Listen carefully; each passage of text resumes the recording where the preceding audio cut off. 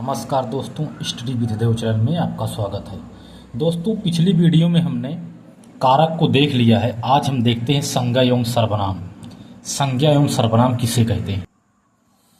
सबसे पहले देखते हैं संज्ञा। तो संज्ञा वह विकारी शब्द है जिससे किसी विशेष वस्तु, भाव, जीव के नाम का बोध होता है। यानी विशेष वस्तु, कोई विशेष वस्तु हो, नाम हो, जीव हो, उनके नाम का बोध होता है, उसे ही संज्ञा कहते हैं। संज्ञा के 5 भेद होते हैं दोस्तों। संज्ञा के 5 भेद हैं। पहला है जातिवाचक संज्ञा।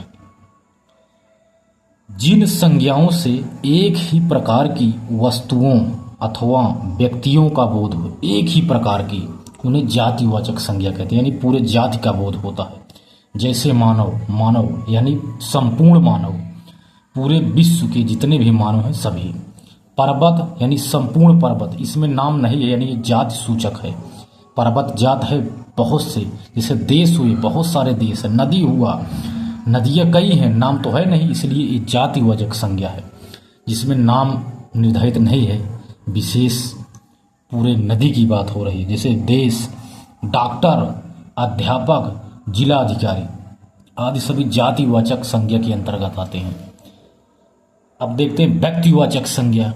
जिस शब्द से किसी वस्तु अथवा व्यक्ति का बोध हो उसे व्यक्तिवाचक संज्ञा कहते हैं। जैसे मथुरा, मथुरा एक नाम है।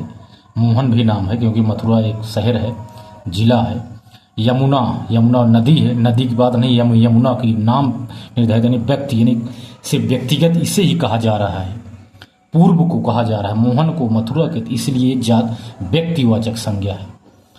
क्वेश्चन आएगा दोस्तों, निम्नलिखित में से व्यक्तिवाचक संज्ञा कौन सा? दे देगा मोहन, पर्वत, नदियाँ, देश, बहुत सारे दे देगा, समूह दे देगा, अध्यापक, डॉक्टर, जिलाधिकारी, एसडीएम, उप जिलाधिकारी।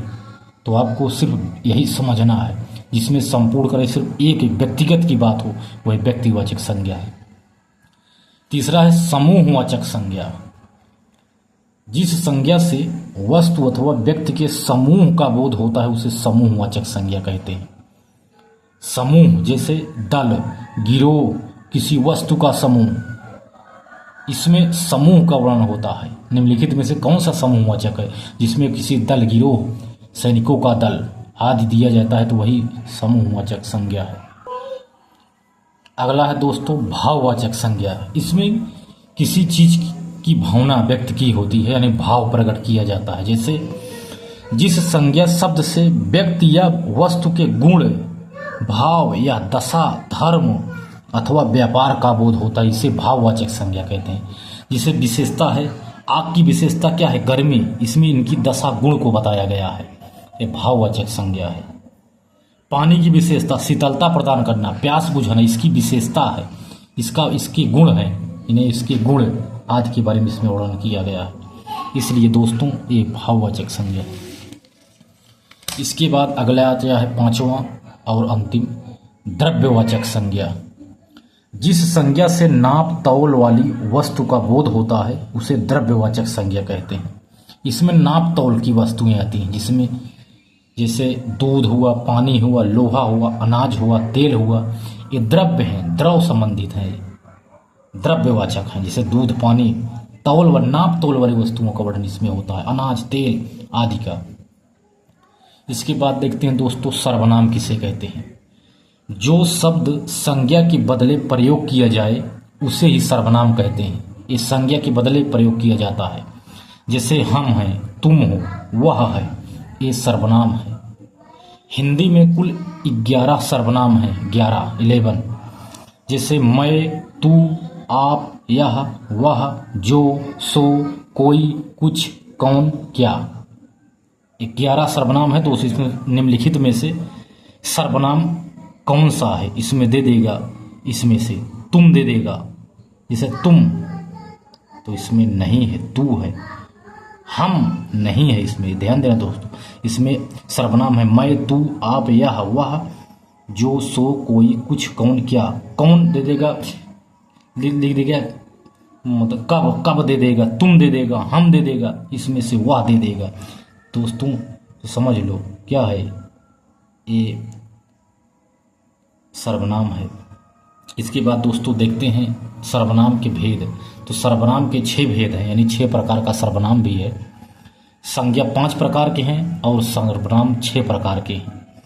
पहला है पुरुषवाचक सर्वनाम, जैसे यह पुरुषों के, चाहे स्त्री हो चाहे पुरुष हो, यह पुरुषों के नाम के बदले आते हैं। जैसे यह 3 प्रकार के होते हैं। इसमें पुरुष यानी स्वयं अपने को कहा जाता है, जैसे उत्तम में मैं हम, मध्यम में तू तुम, अन्य में वह वे सब, वो यह वे वह वो सभी अन्य हैं। तू तुम मध्यम हो, लेकिन मैं हम उत्तम है, यानी मैं उत्तम हूँ, तुम मध्यम हो और वह अन्य है। दूसरा है निजवाचक सर्वनाम। इसका रूप होता है आप। इसका रूप आप है, जिस शब्द में आप का प्रयोग हो जाता है वही निजवाचक सर्वनाम। जैसे आप सबसे अच्छे हैं, वह आपसे अच्छा नहीं है, इसमें निजवाचक सर्वनाम, निजी आपको ही कहा जा रहा है, आप उससे अच्छे हैं।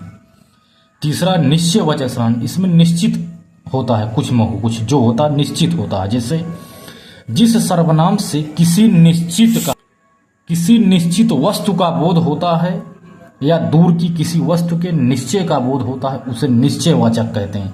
निश्चित ही है, यानी वह यानी वह घर बड़ा है, यह गाय काली है, इसमें निश्चित का भाव दिया गया है। इसके बाद देखते हैं अनिश्चयवाचक सर्वनाम।